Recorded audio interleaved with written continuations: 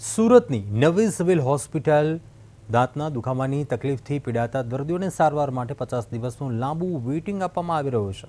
ભરત મિયાણી નામના દર્દીને તપાસ બાદ ઓપરેશન માટે 1.5 મહિના પછીની તારીખ આપી દેવાઈ। જ્યારે તકલીફ વધતા તેઓ હોસ્પિટલ પહોંચ્યા તો તેમને સારવાર આપ્યા વગર જ પરત મોકલી દેવાયા। હોસ્પિટલના સુપ્રિન્ટેન્ડન્ટનું કહેવું છે કે સ્પેશિયલ સર્જનની જગ્યા ખાલી છે અને રોગી કલ્યાણ સમિતિ દ્વારા કામચલાઉ વ્યવસ્થા કરવામાં આવે છે।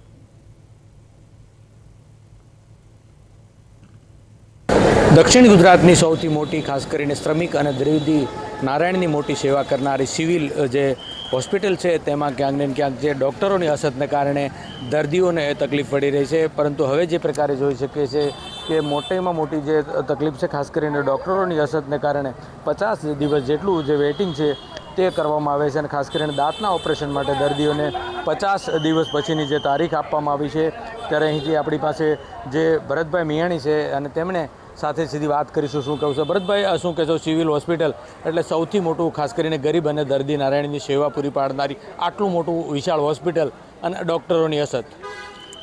દક્ષિણ ગુજરાતની સરકારી હોસ્પિટલ મોટામાં મોટી આ સુરત શહેરની છે।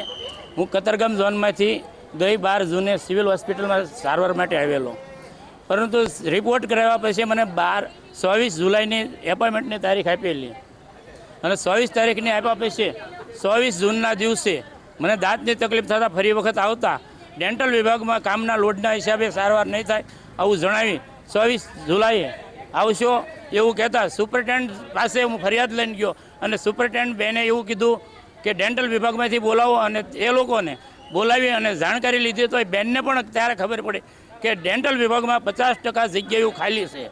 એટલે બેને એવું કીધું કે ભાઈ એક દિવસની પણ એપોઇન્ટમેન્ટ ન હોવી જોઈએ, ગંભીર રીતે તમે જગ્યા ભરવાની વાત કરો અને ભરતભાઈની સેમ દિવસે એ સારવાર કરો।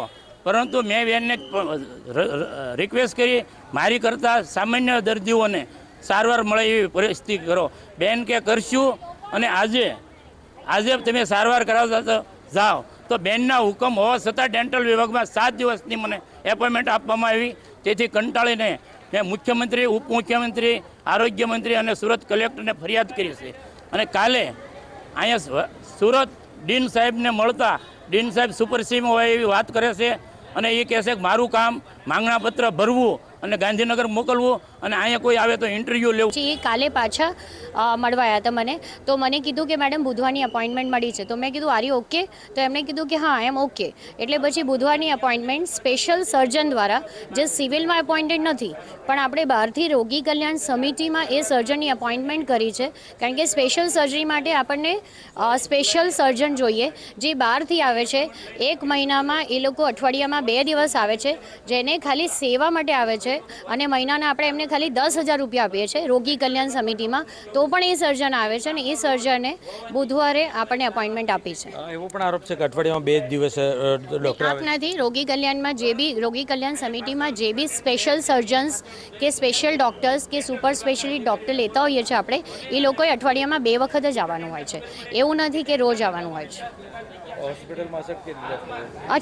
અછત જે હોસ્પિટલમાં નહીં, જે આપણે ગાંધીનગરથી પોસ્ટ ભરાય એમાં 3-4 ડૉક્ટર્સની અછત છે, પણ એ તો જ્યારે ગુજરાત સરકારના ઇન્ટરવ્યૂઝ આવે એમાં દર મહિને એ લોકો એમની એડવર્ટાઇઝમેન્ટ બહાર પાડતા જ હોય છે। બિલકુલ, તો જે રીતે આરએમઓ અને ખાસ કરીને જે રીતે જણાવી રહ્યા છે ત્યારે આરોપની સામે ડૉક્ટર જે અહીંના જે તબીબ છે તેઓ પણ ક્યાંક જણાવી રહ્યા છે કે અહીંયા તેમની સાથે જે પ્રકારની સારવાર અને ઓપરેશન પણ થઈ શકે, પરંતુ અત્યારે જે ગંભીર પ્રકારના આરોપ લાગ્યા છે ડૉક્ટરનો અસતને, એટલે તે વાતનું તેઓ અત્યારે ખંડન કરી રહ્યા છે કે જે જરૂરિયાત મુજબના ડૉક્ટરો છે અને સિવિલમાં સબ સલામતના દાવા કરવામાં આવે છે, ત્યારે બંનેમાંથી સાચું કોણ એ તો તપાસનો વિષય છે। પરંતુ દક્ષિણ ગુજરાતની સિવિલ હોસ્પિટલનો ફરી એકવાર આ વિવાદનો વંટોળ છે તે જોવા મળી રહ્યો છે। કેમેરામેન અજય કુમાર સાથે અરવિંદ રાઠોડ, પ્રદેશ 24 ગુજરાતી, સુરત। દક્ષિણ ગુજરાતની સૌથી મોટી ખાસ કરીને શ્રમિક અને દ્રવિડી નારાયણની મોટી સેવા કરનારી સિવિલ જે હોસ્પિટલ છે તેમાં ક્યાંક ને ક્યાંક જે ડૉક્ટરોની અસતને કારણે દર્દીઓને તકલીફ પડી રહી છે। પરંતુ હવે જે પ્રકારે જોઈ શકીએ છીએ કે મોટીમાં મોટી જે તકલીફ છે ખાસ કરીને ડૉક્ટરોની અસતને કારણે 50 દિવસ જેટલું જે વેઇટિંગ છે તે કરવામાં આવે છે અને ખાસ કરીને દાંતના ઓપરેશન માટે દર્દીઓને 50 દિવસ પછીની જે તારીખ આપવામાં આવી છે ત્યારે અહીંથી આપણી પાસે જે ભરતભાઈ મિયાણી છે અને તેમણે સાથે સીધી વાત કરીશું શું કહું છું. ભરતભાઈ, શું કહેશો? સિવિલ હોસ્પિટલ એટલે સૌથી મોટું, ખાસ કરીને ગરીબ અને દર્દી નારાયણની સેવા પૂરી પાડનારી આટલું મોટું વિશાળ હોસ્પિટલ અને ડૉક્ટરોની અછત. દક્ષિણ ગુજરાતની સરકારી હોસ્પિટલ મોટામાં મોટી આ સુરત શહેરની છે. હું કતારગામ ઝોનમાંથી ગઈ 12 જૂને સિવિલ હોસ્પિટલમાં સારવાર માટે આવેલો, પરંતુ રિપોર્ટ કરાવ્યા પછી મને 24 જુલાઈની એપોઇન્ટમેન્ટની તારીખ આપેલી અને 24 તારીખની આપ્યા પછી 24 જૂનના દિવસે મને દાંતની તકલીફ થતાં ફરી વખત આવતા ડેન્ટલ વિભાગમાં કામના લોડના હિસાબે સારવાર નહીં થાય આવું જણાવી 24 જુલાઈએ આવશો એવું કહેતા સુપરિન્ટેન્ડન્ટ પાસે હું ફરિયાદ લઈને ગયો અને સુપરિન્ટેન્ડન્ટ બેને એવું કીધું કે ડેન્ટલ વિભાગમાંથી બોલાવો અને એ લોકોને બોલાવી અને જાણકારી લીધી તો એ બેનને પણ ત્યારે ખબર પડી કે ડેન્ટલ વિભાગમાં 50% જગ્યાઓ ખાલી છે. એટલે બેને એવું કીધું કે ભાઈ એક દિવસની પણ એપોઇન્ટમેન્ટ ન હોવી જોઈએ, ગમે એ રીતે તમે જગ્યા ભરવાની વાત કરો અને ભરતભાઈની સેમ દિવસે સારવાર કરો. પરંતુ મેં બેનને રિક્વેસ્ટ કરી મારી કરતાં સામાન્ય દર્દીઓને સારવાર મળે એવી પરિસ્થિતિ કરો. બેન કે કરશું અને આજે તમે સારવાર કરાવતા તો જાઓ. તો બેનના હુકમ હોવા છતાં ડેન્ટલ વિભાગમાં 7 દિવસની મને એપોઇન્ટમેન્ટ આપવામાં આવી. તેથી કંટાળીને મેં મુખ્યમંત્રી, ઉપમુખ્યમંત્રી, આરોગ્ય મંત્રી અને સુરત કલેક્ટરને ફરિયાદ કરી છે. અને કાલે અહીંયા સુરત ડીન સાહેબને મળતા ડીન સાહેબ સુપરસીમ હોય એવી વાત કરે છે અને એ કહે છે કે મારું કામ માંગણાપત્ર ભરવું અને ગાંધીનગર મોકલવું અને અહીંયા કોઈ આવે તો ઇન્ટરવ્યૂ લેવું, આટલું ખાલી કામ હોય છે. બાકી આ સુરત સિવિલની નિમણૂક કરવી એ ડીન સાહેબની જવાબદારી છે, છતાં પણ તે જવાબ દેવા તૈયાર નથી. કેટલા દિવસનું તમારા વેઇટિંગ આવ્યું અને કઈ રીતની હોસ્પિટલમાં તમે જે ભોગવી છે યાતના?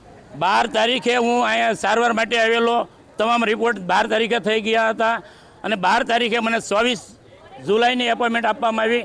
પરંતુ દાંતની તકલીફ વધતા હું 24 જૂને ફરી વખત આવ્યો તો ડૉક્ટરનું કહેવું હતું કે કામના લોડના હિસાબે ડૉક્ટરો કોન્ટ્રાક્ટ બેઝ ઉપર છે, કાયમિક ડૉક્ટર નથી. 2 ડૉક્ટરો વીકમાં 2 વખત આવે છે. એ ડૉક્ટરોને કામના લોડના હિસાબે તમારી સારવાર શક્ય નથી. માટે તમે તારીખ બેનના હુકમ હોવા છતાં 7 દિવસની મને એપોઇન્ટમેન્ટ આપવામાં આવે છે.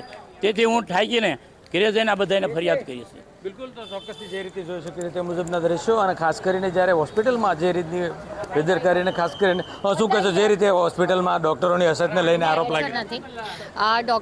ડૉક્ટર્સની હોસ્પિટલમાં અછત નથી. આમની સ્પેશિયલ સર્જરી છે અને સ્પેશિયલ સર્જરી માટે મને 3 દિવસ પહેલાં મળવા આવ્યા હતા.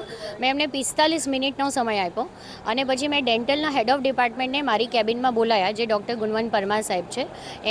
એમની સ્પેશિયલ સર્જરી છે એટલે આપણે ઓરલ મેક્ઝો ફેશિયલી સર્જન, જે સ્પેશિયલ સર્જન કહેવાય, એમની સાથે ચર્ચા થઈ અને એમની સર્જનની અપોઇન્ટમેન્ટ આપણને બુધવારની મળી છે અને બુધવારે એમને ઓલરેડી સર્જરી ફિક્સ છે. એકચ્યુઅલી આજે જ થઈ જાય પણ આજે રજાનો દિવસ છે, ઓફિશિયલ રજાનો દિવસ છે એટલે આજે એમને અપોઇન્ટમેન્ટ નહીં આપી શક્યા, એટલે વેનસડે એમની સર્જરી થઈ જાય. પછી એ કાલે પાછા મળવા આવ્યા હતા મને, તો મને કીધું કે મેડમ બુધવારની અપોઇન્ટમેન્ટ મળી છે. તો મેં કીધું આર યુ ઓકે? તો એમણે કીધું કે હા એમ ઓકે. એટલે પછી બુધવારની અપોઇન્ટમેન્ટ સ્પેશિયલ સર્જન દ્વારા, જે સિવિલમાં એપોઇન્ટેડ નથી પણ આપણે બહારથી રોગી કલ્યાણ સમિતિમાં એ સર્જનની અપોઇન્ટમેન્ટ કરી છે. કારણ કે સ્પેશિયલ સર્જરી માટે આપણને સ્પેશિયલ સર્જન જોઈએ જે બહારથી આવે છે.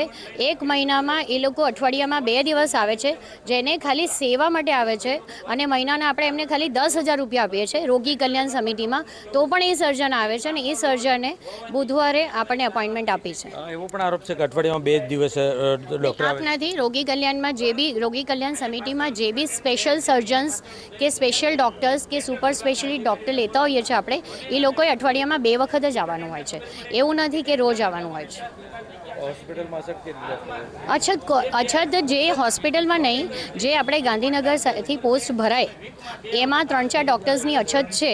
પણ એ તો જ્યારે ગુજરાત સરકારના ઇન્ટરવ્યૂઝ આવે એમાં દર મહિને એ લોકો એમની એડવર્ટિઝમેન્ટ બહાર પાડતા જ હોય છે. બિલકુલ, તો હતા જે રીતે આરએમઓ અને ખાસ કરીને જે રીતે જણાવી રહ્યા છે ત્યારે આરોપની સામે ડૉક્ટર જે અહીંના જે તબીબ છે તેઓ પણ ક્યાંક જણાવી રહ્યા છે કે અહીંયા તેમની સાથે જે પ્રકારની સારવાર અને ઓપરેશન પણ થઈ શકે, પરંતુ અત્યારે જે ગંભીર પ્રકારના આરોપ લાગ્યા છે ડૉક્ટરનો અછતને, એટલે તે વાતનું તેઓ અત્યારે ખંડન કરી રહ્યા છે કે જે જરૂરિયાત મુજબના ડૉક્ટરો છે અને સિવિલમાં સબ સલામતના દાવા કરવામાં આવે છે ત્યારે બંનેમાંથી સાચું કોણ એ તો તપાસનો વિષય છે. પરંતુ દક્ષિણ ગુજરાતની સિવિલ હોસ્પિટલમાં ફરી એકવાર આ વિવાદનો વંટોળ છે તે જોવા મળી રહ્યો છે. કેમેરામેન અધિક કુમાર સાથે અરવિંદ રાઠોડ, પ્રદેશ 24 ગુજરાતી, સુરત.